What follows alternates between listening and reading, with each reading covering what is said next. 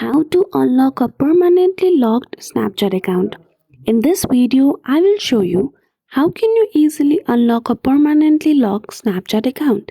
So without any delay, let's get into it. For that, firstly go to your favorite web browser and there you need to type Snapchat support.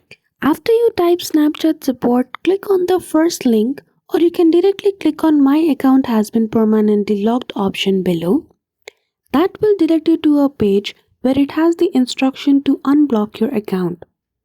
After that, scroll below and you will see an option of my account has been permanently locked under the category of related post.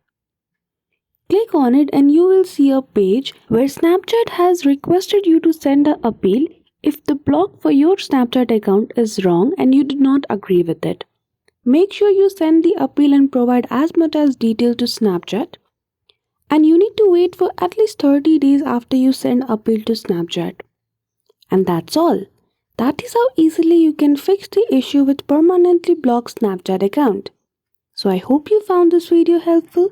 If you did, don't forget to give it a thumbs up and subscribe to our channel for such tutorial. Thank you for watching till the end.